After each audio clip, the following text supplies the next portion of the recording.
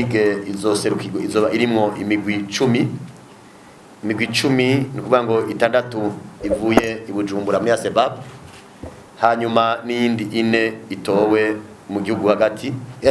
Mu kugira ngo rero tubatumeko nuko twifuza ko tubanza kubamenyesha ama etage neho yaho tugeze muri basketball. Tukiyashika twifuje ko tugira amatournoi, ayo matournoi kugira ngo dutegure abantu gusubira kugaruka kuja mu competition, duherenga babe aba athletes bakwiye babushitswe, hanyuma twihe ikibanza twebwe indo tuzazavuga ziti mu myaka 2 l'équipe nationale itware zone 5, l'équipe nationale igera ahantu bal twitwara, l'équipe nationale mu ino region yacu ibi ya mbere. None kabisa ko dushya miguvu nyinshi. Ikindi naco twacihutirwa nuko twagomba ko renforcer ama equipe y'Ibujumbura cyangwa abakinyi y'Ibujumbura bo mu Burundi bivanye no kuza kwa professionnel. Aho twagiye turavugana n'ama equipe amwamwe, ngira murabona ko actuellement il y a beaucoup de professionnels à Bujumbura, mbere n'abandi bakiri bato cyane n'abandi bakinanga. Mubona ko umukino wa basketball bamaze gufata intumbero nini ya kandi yagutse. Iki naco kwari gusubiza basketball yo mu Burundi ku rwego mpuzamakungu, aho tutahagaritse gutembera hirya no hino. Mbere des fois tukatubona ko hari n'ama projet amwamwe amaze kuboneka, ari nka projet twakoranye na Confeges, batwandikiye batwishura batubwiye ko iyo projet yitaho iterambere rya basketball féminin bahejeje kutwemera kwazo dufinansa, bisigura ko nayo nyene twagomba gushira basketball kuri map à l'échelle internationale. Igihe tugenda hanze batwemereye guteza imbere basketball cyane 3x3, bagateza imbere basketball mu kuduha ibikoresho byankenerwa, ariko tukabanza gutegura umugambi n'imiburiburi bazokorera ko tuzokorana nabo imyaka 2 yose. Ubu rero naho nyene vuba muraza kubona ubuzogenda agenda en contact na Fédération internationale de basketball, turaza kumunoma mu misiza kugira ngo bamandanye beshanja au nom de la Fédération de basketball du Burundi, dushire la mise en place ya programme yo gufasha basketball mu Burundi yango iduge ku rwego hejuru.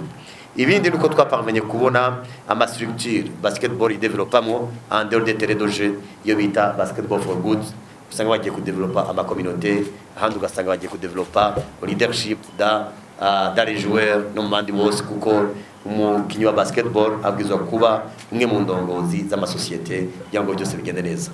Ibyo nabyo twapapanye kumvikanamwo, hanyuma ibindi navyo biza bishoboka mu rwego mpuzamakungu nuko kandi twayaze turavugana n'abaturongoye, turemezanya yuko equipe izoserukira igihugu izobananya yitwa Intamba mu rugamba basketball team. Rero kubera iki twabigenje gutyo nuko badusabye yuko imayo izoba ya iserukira y'abakinyi bazoyitwara mu bita fondation ya basketball, tuzoba tushaka kuba ari twebwe federation ya mbere bakiriye mayo yabo, aho usanga ziri kumwe n'iza Kobe Bryant n'abajya abandi bose ba Jordan n'abajya abandi bose bagiye baba aba legend. Mayo yacu rero nayo izoba iri muri yo mise ya international de basketball. Ubu rero niho mubona muravye hajya kuri Rotumbal, murabona ko twamenyesheje ko ama logo ya federation agomba guhinduka twisunze amategeko mpuzamakungu y'iki gihe. Iyi logo ifata tujya turongo tuyagati tubiri, dufata la couleur ya fond iba irimo, ikaguma iri white ari rouge, hajya caba rouge mugabo nta kintu kimwe cyahindutse. Ifise rero ubuhinga bwayo, anacho gituma mubona ko twabikoze kugira ngo byose bigende neza. Nagomba rero ninjire mu bikorwa nyezina vya League, aho tugomba kumenyesha bako badukurikirana. League bwa mbere irafise izina yitirirwa, ibyo tuko turakorera ko musiko twatumaze umwanya tuko turakorana na Fondation Pax tuzatubamenyesha, ariko federation yavye ibyankenerwa n'imiburiburi iragize ama classification ya partenaire. Partenaire ba federation tubakeneye umwaka wose, dukeneye aba partenaire batuzanira miliyoni 2, miliyoni 3. Nibaza ko ashobora kucagenda kwa na association, kuko ama association yakeneye gutera imbere. Uje gukorana na federation ugira umugambi ukomeye, uko na wewe ukeneye gufashwa mu buryo bwiyaguye kandi umeze neza. dufise abapartenaire bane muri federation. Umupartenaire wa mbere niwe bita Diamond ategereza gutanga n'imiburiburi miliyoni 100 kugira ngo tukwakire. Utegereza gutanga miliyoni 100 muri federation kugira ngo byose bigende neza, kandi ko turaraba ari hamaze kuvyemera namaze kuvyababa, kandi umaze kwitwa Diamond izina rya ligue ucugitahukana, ariko hari n'ibindi bice bikurikira kuko umaze kwitirirwa ligue hariho na development ya ligue na basketball cyabinjiramo. Iyo rero nta wundi azoyitirirwa atari umuntu umwe wenyene, uwo mudiyama n'umwe n'uwitirirwa ligue, kandi n'imiburiburi uzoyitwara azomara imyaka 4 iryo zina ryitirirwa, ariko n'umwaka umwe umwaka arahonovera. Hari abakurikira rero nabo bita or, kuvuga ngo batanga miliyoni 75. Abo nabo ni mu makategori, nko muri banke imwe iduhaye 75 millions, ayandi mabanki yose nazosubira kugaruka ku terrain gushika contrat twamaranye. Fate nk'umu duhawe na izine y'amazi, ukuvuga ngo uyu mwanya wose twasinyaniye contrat nta mazi yandi azosubira kugaruka ku terrain uretse ayo mazi azoyikarakoreshwamo n'ibindi bizoca biherekeza, aho uzosanga aronka une place publicitaire ku mama n'ibindi bizokurikira. Igira gatatu ni argent, nawe nyene atanga miliyoni 50. Amaze kuzitanga hari ibyo tumwemerera nawe nyene muri iyo kategori, turaheza tukatwakiramwo babiri bari similaire. Hanyuma uwanyuma nuwa 25 millions, tuzoza turaheza amabrochure uko bigenda. Bisigura iki rero? Aya mafaranga azotangwa na partenaire niyo acagenda no gutegura la Ligue B izobera mu association. Vango hariho la Ligue A, vango izibiri za nyuma, vango ya nyuma ya GP Bujumbura ni ya nyuma ya GP muri interieur zose zizokoroka. Acaduga ya mbere yabaye muri Ligue B y'Ibujumbura hamwe niyabaye ya mbere yo muri Ligue B à l'intérieur. Bisigura ko rero la fédération va injecter des fonds mais muri Ligue B kugira ngo babandi bandanye bitegura, kuko c'est vraiment un tournoi iri vraiment officiel. Kugira byo tubishike ko turamaze kunegocier n'abatari bake, ariko muri ligue turemeza yuko tuko turabikora. Muri ligue la fédération va donner des maillons à tous les clubs participants kugira ngo tubaye standard yuko bakorerako. Hariho na partenaire nk'aba ligue bazoba bariko n'abantu bamwe bazoba baduhaye nka or na argent n'abandi, tegeza kumvikana ukuntu bakiriya les places publicitaires. Rero tugira ngo tubishike ko turabona ko dashobora gukora muri analogie. Twamaze kurondera ama création yama logiciel aho umukinyi wese azobascane via le code QR. Ubunye two turavugana hariho une entreprise imaze kudushikanira amakarte 3000 kugira ngo n'umukinyi cyangwa umuntu wese azokwinjira ku terrain il va présenter une carte via le paiement code QR. Nimwe mara muvuga ngo muharurira mu mifuko, ibaza ko bigiye kurangira tuzahurira online. Ico naco likindi tugomba tugende kuvyerekeye aba intervenant muri baba officiel, hariho aba arbitre, aba coach, aba officier de table hamwe na médecin, kubera ko aba bose baronka ubushiruka bute mu bihe by'amamatch kandi bafise développement de carrière. Nukuvuga ngo ibihe byo gufinata birarangiye. Umu officier wese azofatwa mikosa amenye ko ugukora kwiye kuzoba guhagaze. Umu officier tuzosanga afise un esprit partisan, bafise ama equipe baserukira canke bahagararira. Ubunye tukivuga ngaha mumenye ko iyo ntumbero tutayemera kandi tayikunda. Aba arbitre, aba coach n'ibindi nitubemerera ko bagenda mu esprit canke mu service ya fédération. Abo dukene muri protocole, abo dukene kudandaza, abo dukene ahantu na hamwe. Les gens qui vont travailler muri ibikorwa bya fédération byo kuja gukubura, byo kumanika amafire n'abandi bantu atari aba officier de table canke aba officier ngo muvyumva na mwebwe. Ko les officiers n'abantu babacamanza n'abantu tuba dukeneyemwo ijambo na cyane dare mu mafor zo gufata ingingo buryo bukomakomeye. Tubasaba iki rero? Abijejwe ibihe byo gufina byararangiye. Umarbitre adagira sport ikwiye amusezerera hakiri kare.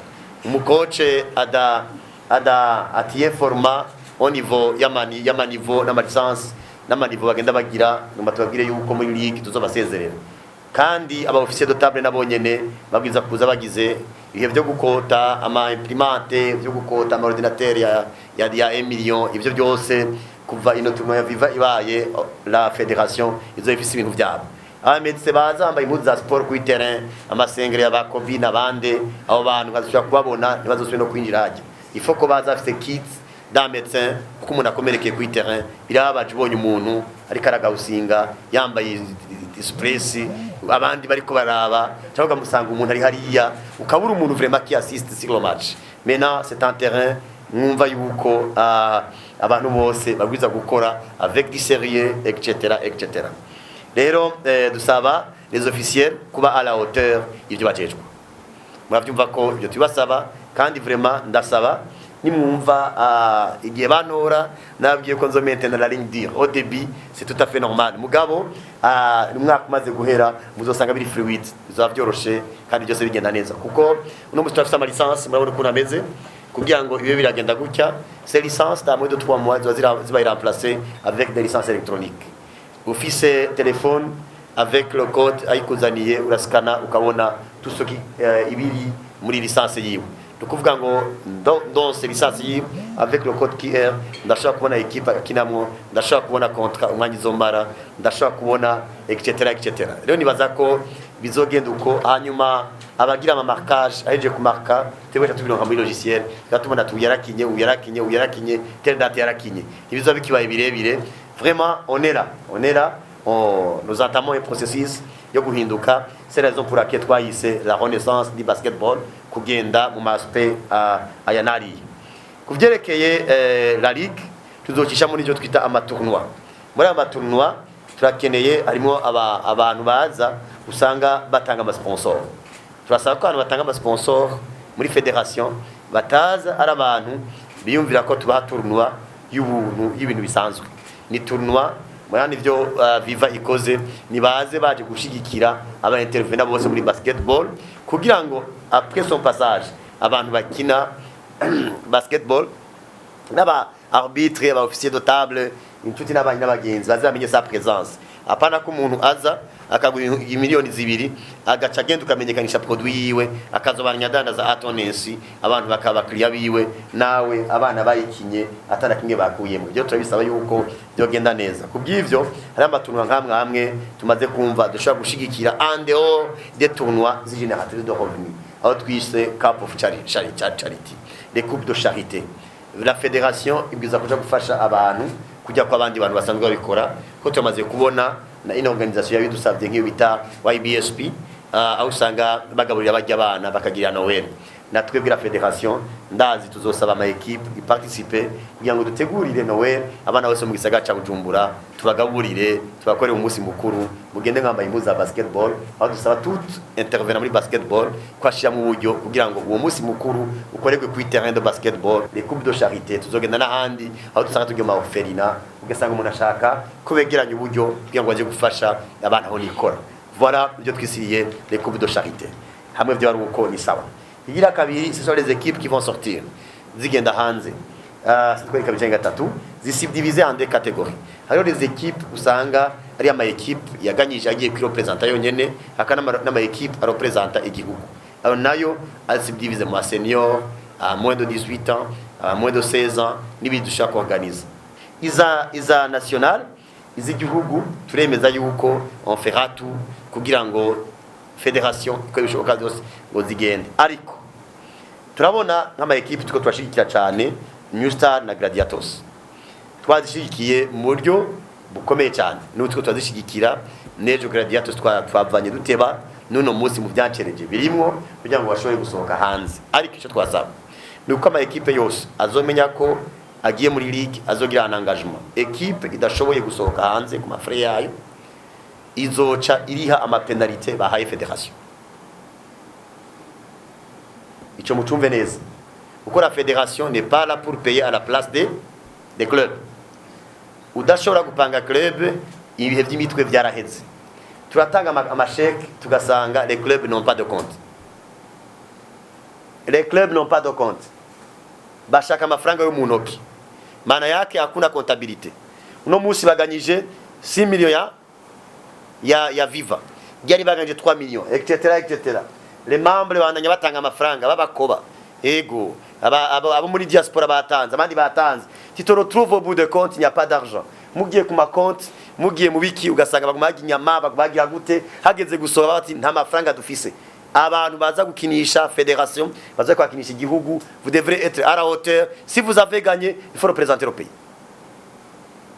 Si ce n'est pas le cas, kuza kwidoga ngo nibamfashije ndakubwiye ngo ushinga umugwi national ni national tuzoyigwa mugabo ushinze umugwi gwana gushika ugiye kurepresenta hanze uko umugwi urabandanya jusqu'à la fin mugabo ashaka gushika ugasanga il faut céder umuntu atadushobora il faut un contrat de cession ashaka guseda kuja kurepresenta ngabati buryo buzongora je ntinze ngaha je peux céder nkaba représenter muravyumva na mwebwe à l'extérieur kuko hakuja kuvuga ngo nyandika après bati navyo nshoboye il faut céder hakiri kare kuko ni gihugu hanyuma ugasanga les gens babishoboye bashize uburyo hamwe kugira ngo dushobore kugenda kwa représenter neza nyavyo birakunda ni mu buryo bwo kuyaga rero tuko turabikora